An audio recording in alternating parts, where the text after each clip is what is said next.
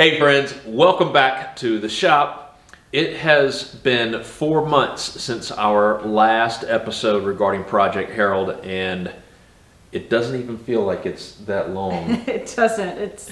We've been slacking on the video content. Yes, but we have not been slacking on the actual work, and that's why we're putting together this update video. For those that are following along in this project, you can actually kind of get caught up on all of the little bits and pieces that we've been doing, because the individual videos are going to be more focused on parts that really don't exist out on YouTube, or things that maybe instructional that isn't heavily done out there. So we try to add to the community that are working on these particular trucks.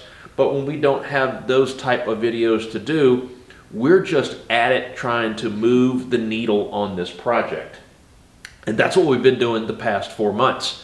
So in this episode, we're going to cover all the things that we've been doing, and then we'll quickly touch on the last few pieces before he's ready to move. I know, getting so damn close, so close. All right, so let's go ahead and start on the business end of Harold. All right, so on the front end, new front grille, new front insert, the original bow tie, have to keep that, new front bumper. We went ahead and upgraded our headlights to Redline Lumtronics H4 LEDs. We also upgraded our turn signals to LED, as well as our side markers. And if you're not aware, we do have a Facebook channel where we posted up pictures of us, really Art, doing a repainting of our original badging. So we have that updated on both sides along with our LED side marker lights. But that's not all, Art. What else do we have? So much. All right, so original cowl is back on. We also added in this interior grating and cover by Old Air, which basically allows the airflow to come through, but underneath is no longer a leaf collector, and it keeps all the small rodents out. So that's protected. All new hood and cowl gasket, all new hardware for this. We also got a new antenna installed.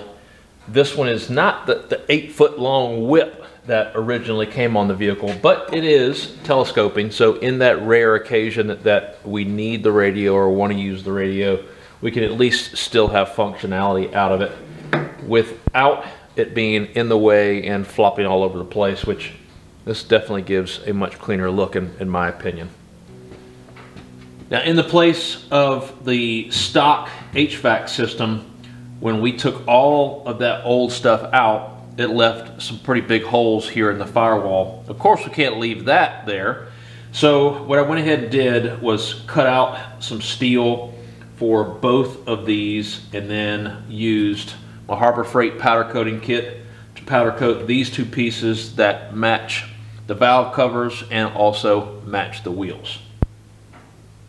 Still no seat back in here yet, but we did install the DEI insulation kit in the cab, as well as new 3-point harnesses rather than the old lap belts. Gotta have a little bit improved safety. Especially with you driving. Hey now. Hey! Now, of course, one of the biggest changes on the truck so far, outside of the suspension, are the wheels. We had to end up going with something that is going to pop. The final color on this truck is going to be a two-tone black and white, which is the original color scheme of Harold. And along the side, because it is a Cheyenne, it has the wood grain panels or strips that go along the side. So our wheels are the Bosie Forged Clutch series, and these are 20 by 8.5s in the front, 20 by 10s in the rear. They are wrapped in the Toyo Proxys rubber. We've got 255s in the front and 295s in the rear, so plenty of meat to be able to handle any type of driving that we're doing. And of course, we had to get the wheels powder coated in the prismatic Super Root Beer to match the valve covers and the firewall pieces. So everything's going to tie in, everything will look nice and clean, but not overdone, which is not what we do on any of our vehicles. I don't think, based on the suspension that we have, we could have picked a better wheel and better size to go with, as I spent weeks and weeks of digging through discussion posts, reaching out to C10 owners across the country and talking to them that had not only the fitment, but the stance that we were looking for. And this just really, really nails it. And once the springs settle a little bit more, once we've added a couple of 100 miles on the truck itself, we know that it's going to sit down a little bit more. We may end up adjusting the coilovers up just a tad once they settle, but the fitment is just damn spot on for what we were going for. Now, outside of the C-notching and the suspension replacement we did in a prior episode that kept the bed off, we also needed to address the rear brakes. So all the drums were still original parts, so I went ahead and rebuilt each of those. I replaced the intermediary line running back to the back, replaced both lines coming off the valve in the rear, also replaced both parking brake cables going into each drum. And if you're familiar with the classic C10 trucks, you know, sometimes when you're working on these brake systems, and you're opening things up, you could potentially trigger the proportion valve up front. I thought that I had that figured out, but I still could not get those brakes to bleed properly. So I reached a point of frustration and knew that I needed to call someone else in that had more experience than I did on these older systems. So huge shout out to James and Vince and John and Tim, and most of all, Pop, who just put on a masterclass with brakes and getting in and adjusting and replacing things. We spent 2 hours here at the shop. We did a barbecue and brakes day and just had a great time figuring it all out and getting it done. So very happy with kind of how it ended up, and now he can actually stop once we get him moving up out of the shop.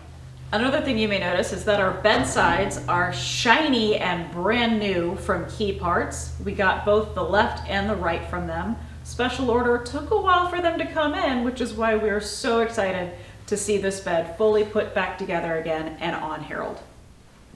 And so the bed, the elements that you can actually see is that we did roll-on bed liner and all new hardware so that we could keep the original bed floor. Now what you can't see is that Art had to weld in 2 new cross beams just so that we could keep this original bed and bolt it down safely. Okay, so that's what we've crammed in 4 months, and we're starting to see the finish line. So what's next? I've got to finish up the wiring. That is almost done, and just have to do the gauge cluster and the steering wheel. I'll put together an update episode on that soon. Also, electric fan controller. I've got that, making a custom bracket for it. I'll do an update video once that is in and kind of talk to you about our experience with that company. That's definitely one to tune in for. Yes. That was a learning lesson for me. And we have a new single one-piece drive shaft being made right now. So once we have that, I'll do a short episode on just the comparison of the 2-piece and the new custom 1-piece. Reinstalling the original seat. Yeah, reinstalling the original hood. Yes, yes, hood and hood springs. And at some point getting around to actually like cleaning the windshield. So we can see it as we pull out of the shop. That would help. Yeah. So we're very, very close on actually being able to pull Harold on his own power, his own ability to stop out of the shop. Definitely hitting up some shows, and the spring is the goal.